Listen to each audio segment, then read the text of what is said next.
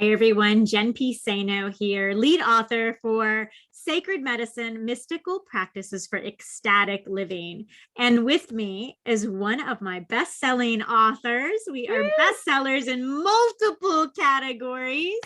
This is Asherah Allen, and she is here to tell you about her chapter and how she got started in everything that she does. Hi, everybody. Jen, congratulations, and congratulations to all the authors. And thank you so much to everyone who's buying the ebook and writing the reviews. It's just incredible seeing this book launch out into the world, and it's such an honor. So once again, I'm Asherah Allen. I'm chapter author number 7, and it's entitled Crystal Rose Ray Healing Karmic Clearing to End Self-Sabotage and Live in Your Power. And this was such an honor to have this vehicle to tell this story. It's an incredible story for me, and I hope it will be for you as well. In this chapter, I tell the story about my meeting with my friend Anahita Rose Aurora, and she was this incredible, incredible healer, and we developed an amazing friendship. And the thing that struck me the most about her is that she lived a decade longer than doctors said was possible with metastatic stage 4 breast cancer. And she attributed that largely to this channeled healing system that she utilized and that came to her. And she was certainly living for her 2 boys. And I think that love drove her beyond the limits of what doctors said was possible, for sure. But she really felt that this healing lineage in large part did that as well. And so entrusted you to pass this forward, which I find so heartfelt. And with me carrying the teachings that I carry, I know the integrity and the honor and the dedication you have with this in her honor and in her legacy. And when I personally read your chapter, I got choked up. I could feel the love you have for her and for the healing techniques that you are carrying. Yes, and it was really an honor. At her deathbed, I just said, we've gone over a lot of the details of her life and how she wanted things handled. And then I thought, but what about your healing lineage? Like, this can't end with you. It was really the culmination of her life's work. It wasn't just something that she channeled for her own benefit. She had actually taught myself and a handful of students before she passed. And really, I think, was excited to see how this lineage would take root among each of us as individuals. And in my lineages that I hold, I tend to be a traditionalist. I play a really mean game of telephone. I'm really good at passing things on the way they were handed to me. And other people, sometimes are big time innovators. I consider myself a lineage holder and that I pass things forward with a lot of integrity. And yet my friend Anahita really pushed me to also at the same time make this my own. And so in the tool that I offer in the chapter, I've done that. I've pulled from different sources and really tried to put something forward that culminates her work, but also brings a little bit of who I am and different lineages that I hold and flavors that puts them all alchemicalized together into something that I think people will find useful. I love this. And how did you stumble upon meeting her and getting into this in the first place? Yeah, she was actually working at the same place I was, and she was using my healing arts room. And the people who own the practice said, there's this woman up there. You're probably going to meet her on her way out as you're going in. And when I met her, she just sat me right down and did some healing work on me. And it was incredible. And I just fell in love with her and with the amazing sensations that I was experiencing with her hands-on healing work. And it was really almost I think it was a soul recognition when we first met. It was not your average meeting. I think we all have people we encounter in our life that feel extraordinary to us. There's something about meeting them that we know has just changed the trajectory of our lives. Oh, absolutely. Absolutely. Yeah. And when you're going forward with this work, who do you feel you are called to be in alignment with to change lives? Who is there an ideal client, an ideal person that you really just want this work to reach? Absolutely. Thanks. What a great question. I definitely feel like, as a spiritual person, that when I go to see a healer, many times my spiritual nature isn't brought into the conversation. And it's it's central to who I am and my identity. And so my ideal client, my ideal patient is somebody who, whether it's physical, mental, emotional, has an issue, but really wants to address it from a spiritual perspective, really wants their spirituality to be centered in their healing.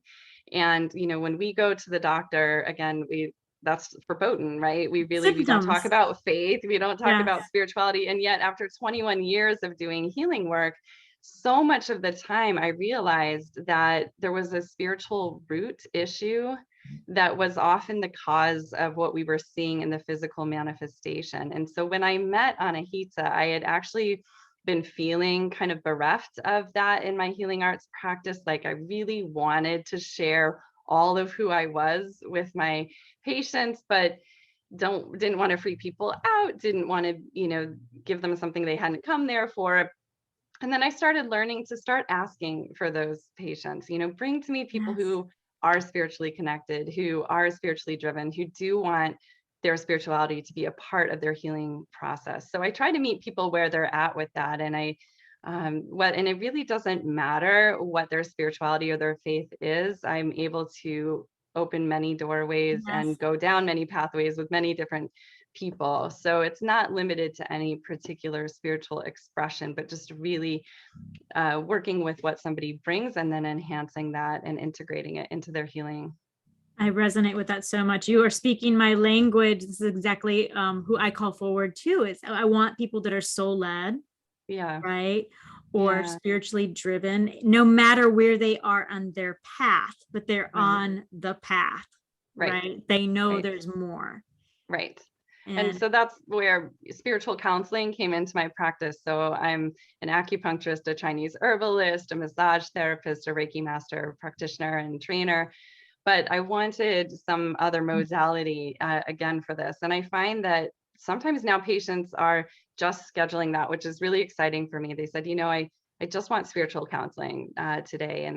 And sometimes they want to incorporate it into other things that we do. So, you know, for many years, healers, when I started in, you know, 2000, we would hear, you know, body, mind, or body, mind, spirit. And I really felt like we got the body, mind stuff down, but I just didn't see the spiritual stuff coming through as much in the healing session. So anyway, you know, I feel like Anahita's lineage really does that. It's a modality that can be incorporated into anyone's healing arts practice and into any session, and is extraordinary in its capacity to just amplify our capacity for healing. I love that so much. And where exactly are you located? How do people find you? Are you working virtually, or are you in person, or both? What are you? I have a hybrid situation. So I do online healing sessions, and I also do have a private in-person practice here in Western Massachusetts. Beautiful, beautiful. So what we are going to do is we're going to make sure we have all of your contact details within the video description so that people can find you, work with you, and honor this lineage and carry it into their own lives for the greatest expansion that their soul is ready for. Awesome. And I'd love to know, what would you like our listeners, our potential readers, to know about the sacred medicine that's in your chapter? So you share your story, but there's also this tangible, beautiful sacred medicine that you're sharing with our readers as well. Yeah, so the tool I chose is about karmic clearing. So for many of us in the West, I think we actually have a misconception about karma. We tend to think bad action yields bad results, some sort of a punishment. And what I've come to know in my studies and in my practice is that karma isn't necessarily that. Karma can be patterns that we pulled forward from past lives, for example, or from past relationships. But it's not so much like this, you know, good action, good result, bad action, bad result. It's actually something more about the totality of our experience and the resonance of those vibrations. So when we talk about karmic clearing, we're talking about those pieces that we've carried forward that have kind of knotted up our power, that have kept us from the full expression of who we are, those places where we feel bound, where we feel incapacitated, where we feel weighed down. and like we're carrying something that just isn't serving us anymore. And so this technique is how to clear that from relationships, how to clear that from ancestral inheritances, how to clear that from past lifetimes and other big imprint moments in our life that just aren't serving anymore.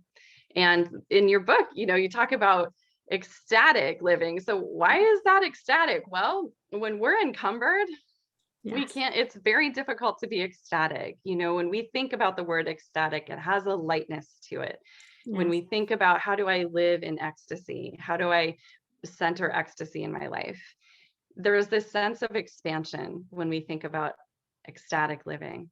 And so if we're carrying the burden of past actions or past patterns, it can be hard to access our ecstasy. And so for me, it's an ecstatic process to do that shedding and that ridding away. Yes. And now you know why she is in the book. So drop your comments. This video will be posted in Mystic Circle. Mystic Circle is my private community, and you can interact with these beautiful authors, get to know them, follow them, be in their world, be in their energetic field, and know that you are being loved from afar. Thank you so much for listening in, and thank you for being in this book and part of all the magic. Thank you, Jen.